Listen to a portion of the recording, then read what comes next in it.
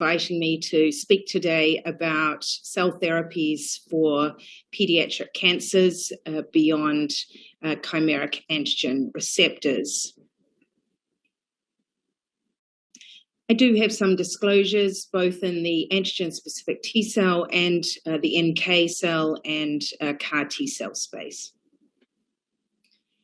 So just to give a bit of a landscape about the T cell therapies that are available and are being either investigated for clinical use or are actually, in the case of CAR T cells, currently licensed. So you will hear a lot about CAR T cells at this meeting. This is where you take a single chain variable region of a monoclonal antibody and engraft it via a hinge or spacer region onto a co-stimulatory moiety and the TCR zeta chain.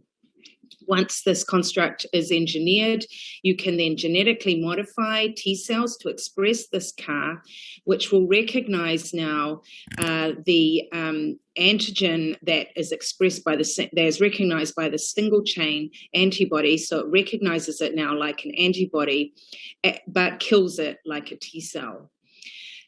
One of the limitations of the CAR strategies is that by definition, with this antibody in general, and especially in the solid tumor setting, you need to target extracellular antigens where there are only a limited number of these available.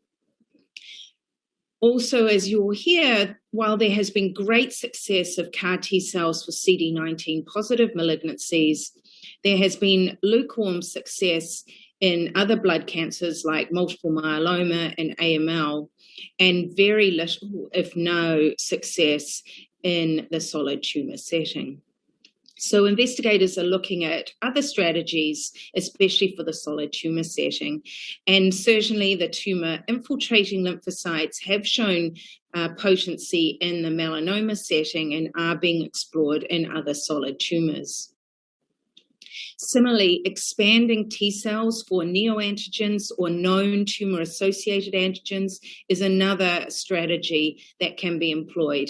Here, you take T cells from the patient or the bone marrow transplant donor, if you're targeting patients after allo transplant, and you basically either genetically engineer an antigen-presenting cell or pulse it with pieces of the tumor antigen you're wanting to target, and stimulate the T cells with those antigen-presenting cells that are now expressing the tumor antigens of interest until you have a product that is recognizing your tumor antigen of interest.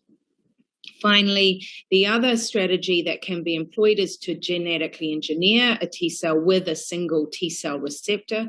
So instead of targeting multiple different antigens, you can now gene engineer a T cell to recognize a single epitope in an HLA-restricted manner. While this does generate a more potent T cell in terms of avidity, there are safety concerns with this approach. Furthermore, targeting a single epitope does raise the risk of the tumor cell escaping the immune response by epitope loss. So the focus of my talk today is really going to be on the multi-antigen specific T cell therapy and also NK cells, which we can also put in perhaps this bucket here, like the donor lymphocytes or the tumor infiltrating lymphocytes, because you're expanding a non-specific but hopefully a non-autoreactive and non-alloreactive population for clinical use. But whatever cell therapy you want to use for your pediatric cancers, one major hurdle is overcoming the tumor immune evasion strategies employed by these tumors. This is a Hodgkin-Reed-Sternberg cell, but similar strategies are used by most human cancers that develop in immunocompetent hosts.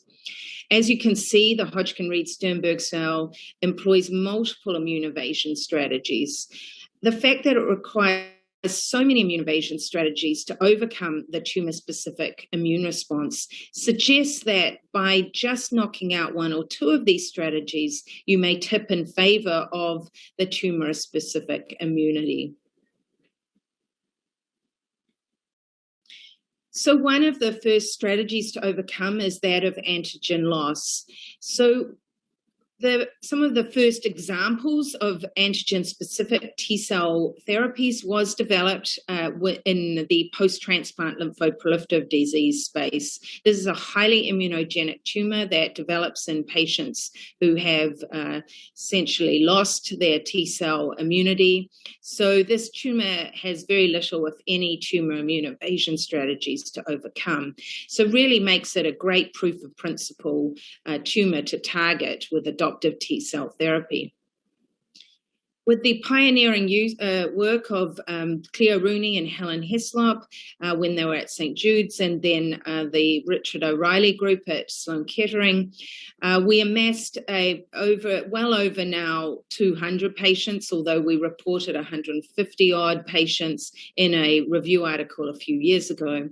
This is using donor-derived EBV-specific T-cells for pediatric and adult patients after bone marrow transplant, as a preventative strategy, and is also a treatment strategy for post-transplant lymphoproliferative disorder.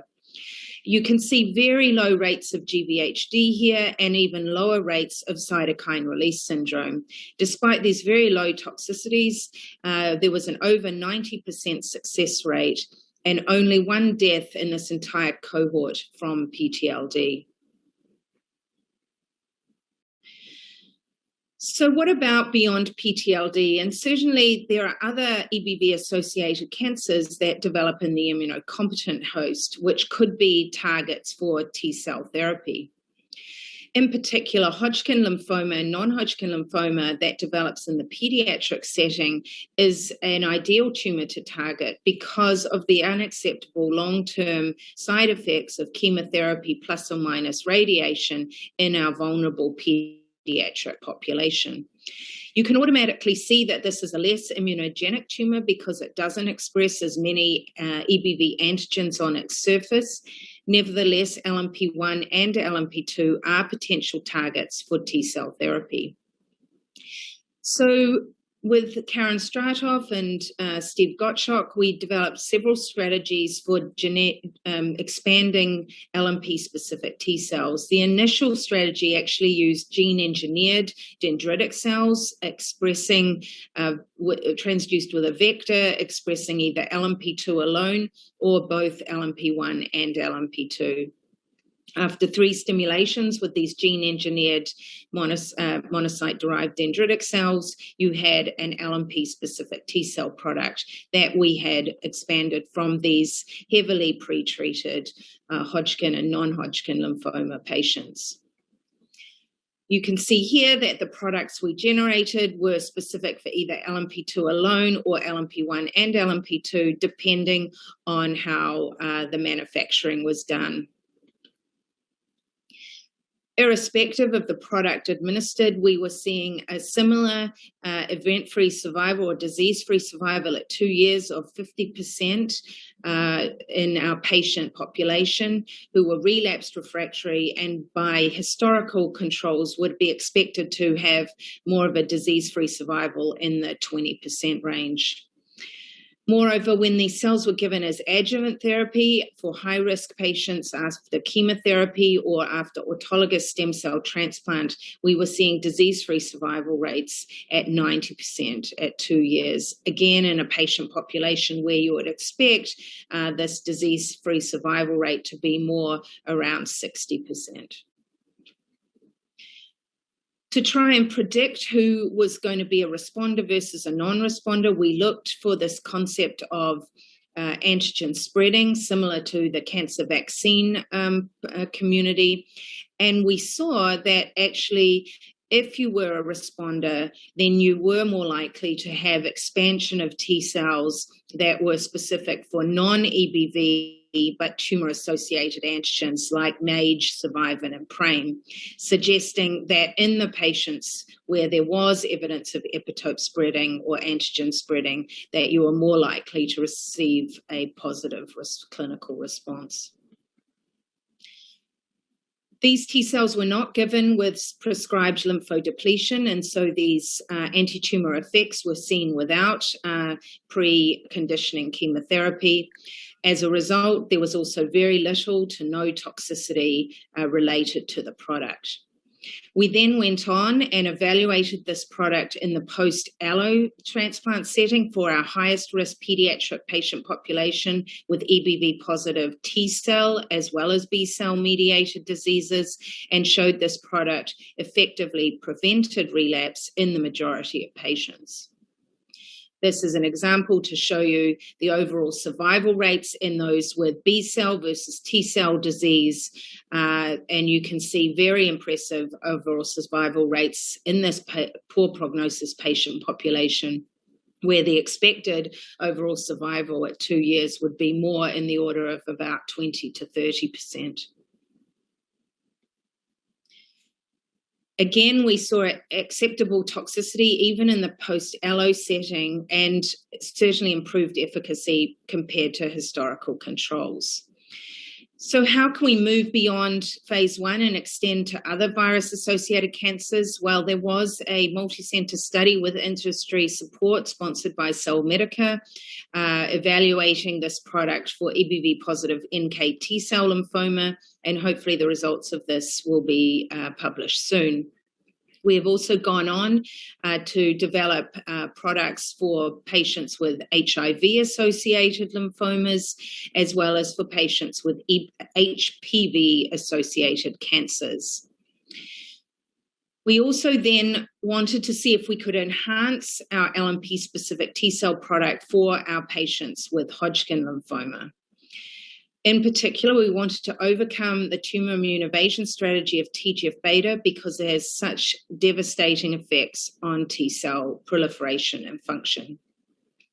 Most critically, it inhibits T-cell proliferation in the tumor microenvironment and affects T-cell cytolytic activity against its targets. When TGF-beta binds its native receptor, it forms a tetrameric complex with two R1 and two R2 receptors, which then allows phosphorylation of receptor 1, which then has downstream effects on the SMADs, phosphorylation of SMAD2, and then subsequently SMAD4, then will elicit the target gene expression that will affect cell growth, proliferation, cytolytic activity, etc.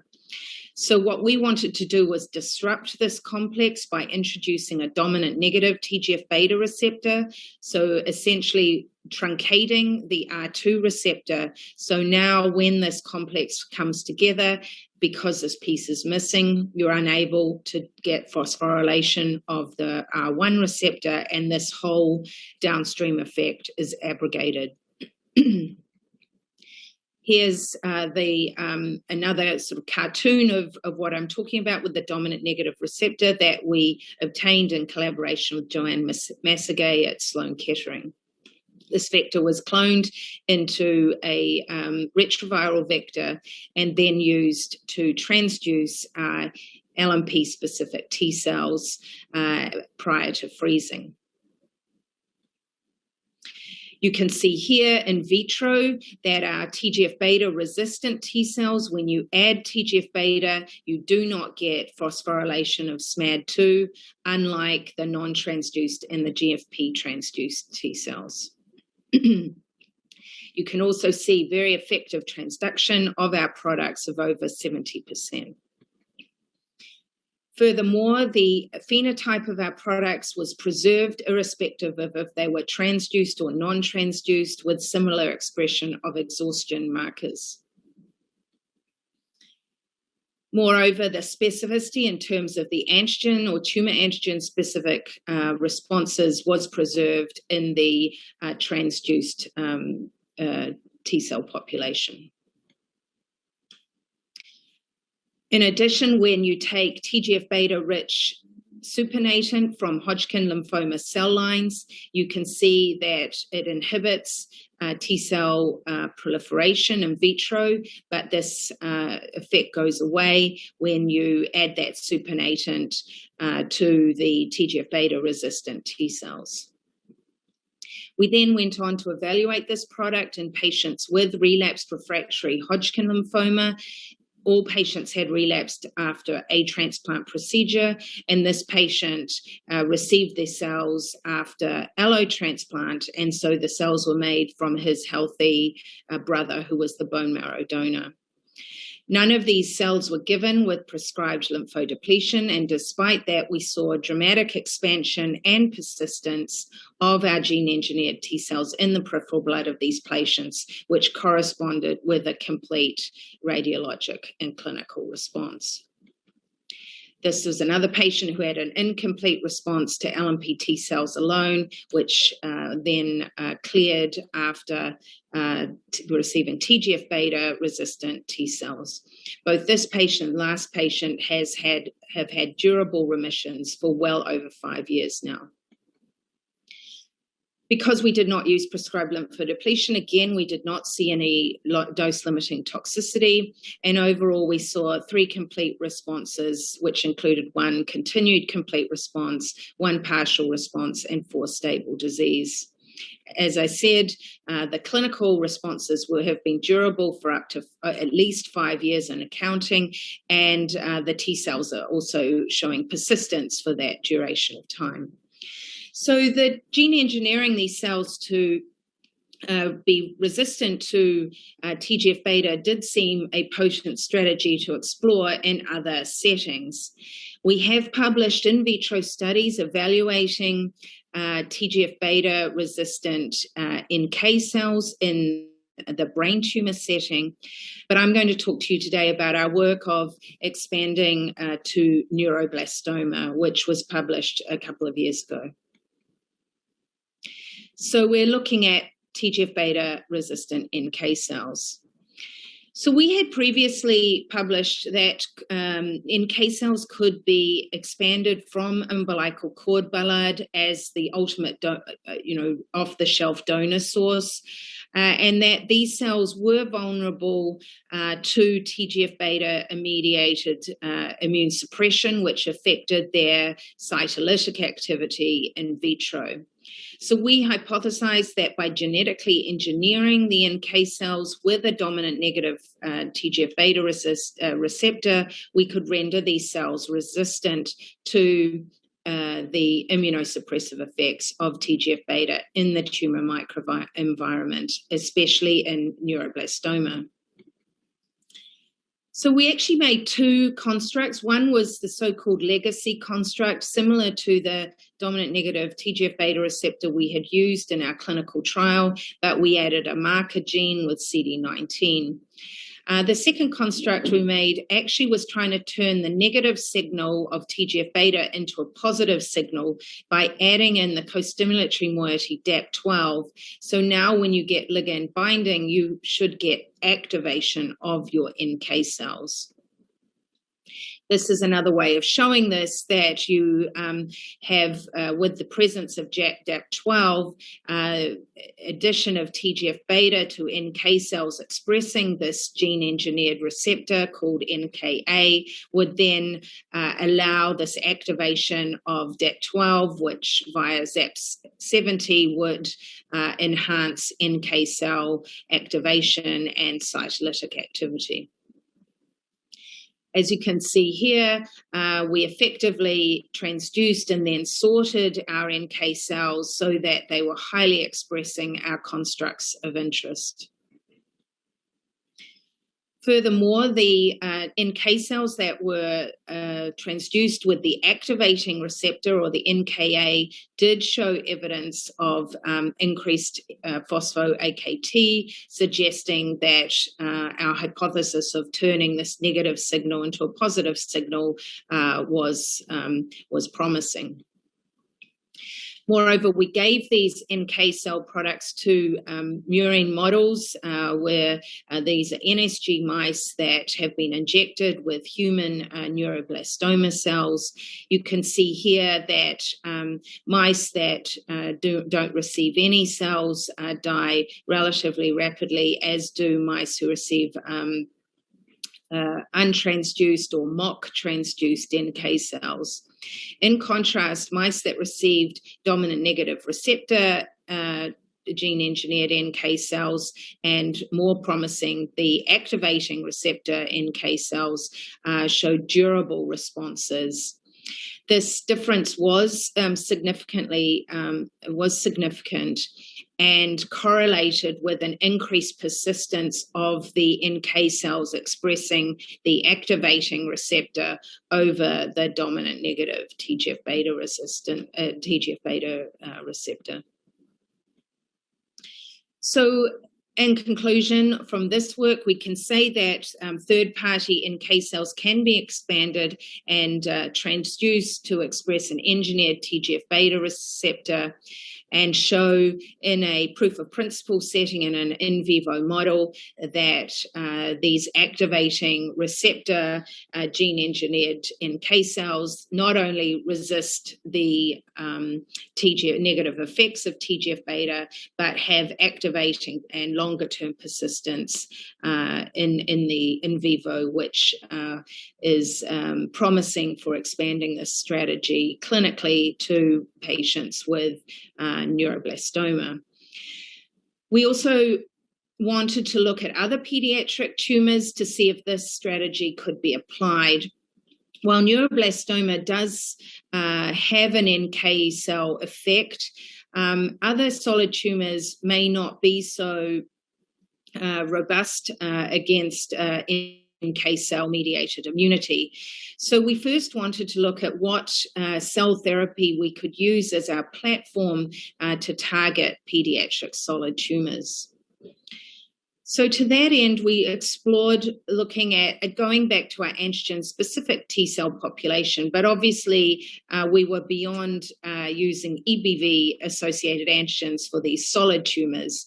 So instead, we used tumor-associated antigens, most of them cancer testis antigens, that we knew were expressed by our pediatric solid tumors of interest. And we chose in particular WT1, PRAME, and survivin.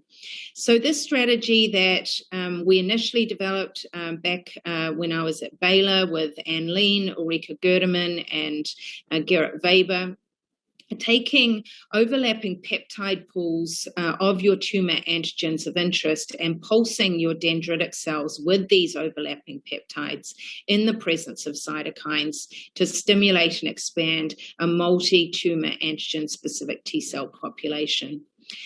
We explored multiple different tumor-associated antigens and single products, but the product that we took forward in the end was targeting WT1, PRAME, and survivin. Here you can see the patients that we treated. Most of them were pediatric patients, except for one patient in her 50s with a soft tissue sarcoma. You can see there was predominantly Wilms tumor, rhabdomyosarcoma, some neuroblastoma, and osteosarcoma, and a Ewing sarcoma patient in this cohort. All of them were multiply relapsed refractory patients, as evidenced here by all the previous therapies they had received. When you look at the responses, although we didn't see complete or partial responses by RECIST criteria, many of these patients did not go on to have repeat biopsies. So as you can see with these very durable so-called stable disease responses, it is possible that these tumors are no longer viable.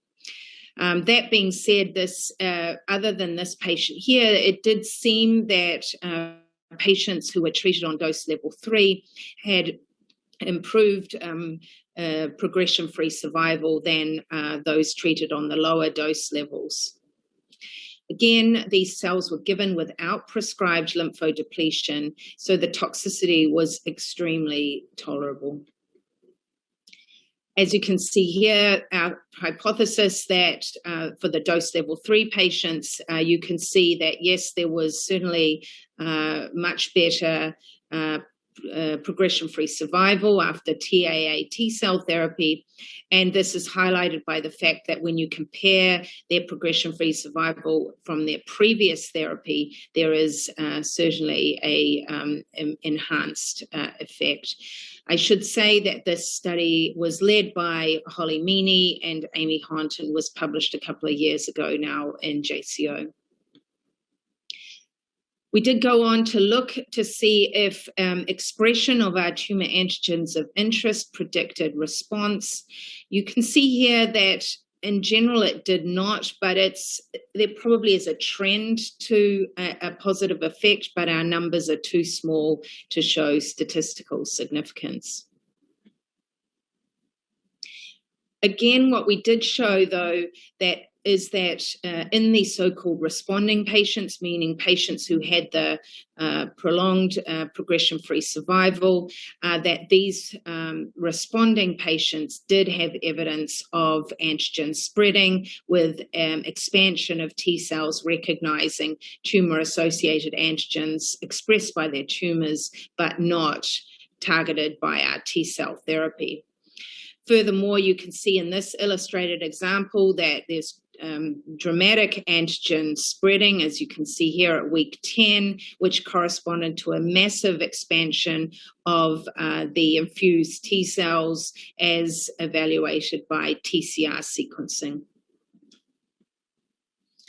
So these TAA T cell products can be generated not only from patients, but also from healthy donors for clinical use after bone marrow transplant. And as you can see, they have been safely and used in pediatric patients with solid tumors. While we didn't see any objective PR/CR effects, we do now have an ideal safe platform to develop combination therapies. And so to that end, we have now amended the trial to start treating patients after prescribed lymphodepletion. Moreover, we're also exploring this product in combination with checkpoint inhibitors and preclinically with nanoparticle strategies. These platforms can also be used as the cell therapy base for gene engineering with chimeric antigen receptors to reduce immune escape as well. So overall, this would be the vision, that patients are diagnosed and initially treated perhaps with surgery and chemotherapy and small molecule agents that are targeted to genes of interest. And then at a time of more minimal residual disease, come in with your cell therapies of interest to effect a durable cure. So I'd like to thank you for your attention. I definitely want to acknowledge all the people that did so much of the work related to this. The TGF-beta work actually developed during my time at Baylor and under the mentorship of Cleo Rooney.